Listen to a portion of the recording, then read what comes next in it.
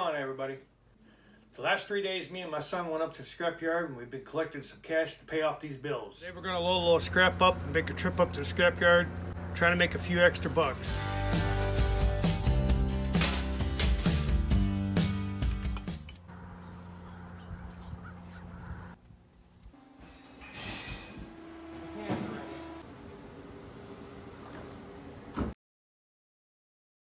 Head back up to the scrapyard and cash some more scrap in.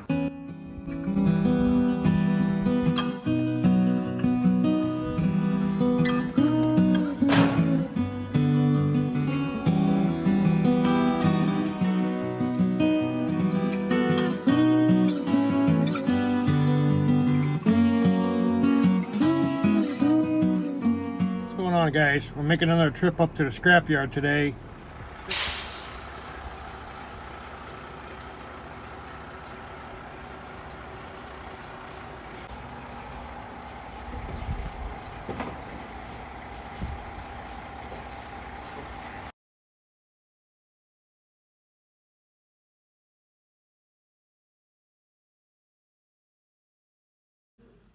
Now let's talk a little bit about scrap.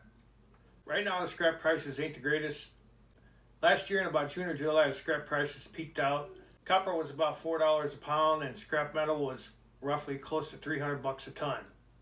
It was a small window to cash in on the prices last year, about 3 or 4 weeks, and then the bottom dropped out. I've been scrapping well for over 45 years and made pretty good money over the years. It helps out on a tight spot in my case, because I do side jobs to make money to pay the bills. This time of the year when it's cold out, there ain't as many jobs out there to get. I depend on the scrap pile this time of the year to cash in and pay the bills. If you're new to scrapping, it's a good way to make a few extra bucks. You're not going to make a living and get rich off of it. It can help contribute to paying your bills and get you through. In some of the smaller towns, you might not be able to collect as much, but if you talk to your friends and neighbors, they'll be glad to help you out. In my neighborhood, there ain't a lot of people do scrap. We've got a few people that drive around and pick it up, but it's not a whole lot of competition. Now, if you get in a larger town, there's a lot more scrap, but you might want to talk to people and get friends with them before you start digging through their garbage. We've even had a few people get upset because we were taking stuff out of the garbage. We just don't go back to those places anymore. No problem. Since the prices went up after 2020, you have to consider the gas prices when you're going up to cash out your scrap. When you collect your scrap, you might want to look for non-ferrous items such as copper, aluminum, brass, stainless steel, electrical motors, radiators, electrical wires. All those sorts of things is going to get you more money than steel. Steel usually takes a long time to add up and you don't make a lot of money with it. If you save up enough and bring it in when the prices are good, it's not too bad. If you have any questions about scrap, leave it in the comments after the video. My grandfather showed me the ropes of scrapping when I was about 12 or 13 years old. Me and my brother would ride around on our bikes looking for aluminum cans in the ditch. But back then there wasn't too many, most of them were steel. We saved until we had a 55-gallon drum. My grandfather introduced us to the scrap yards and we learned the values of scrap metals.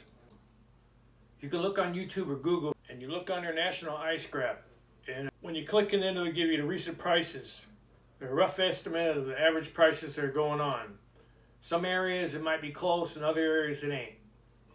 But one thing you need to know is the junkyards. A lot of the scrapyards can be a little bit shady on the weights and the prices. So you might want to get to know the people there a little bit and know that you're a regular and they'll hook you up. I've had a few incidents with some scrapyards where we got ripped on the prices and we got ripped on the weights. And we just don't go back to those no more. Hope this information has been helpful to all the new scrappers out there. And good luck on your adventure scrapping. Thanks for watching and we'll see you guys in the next one.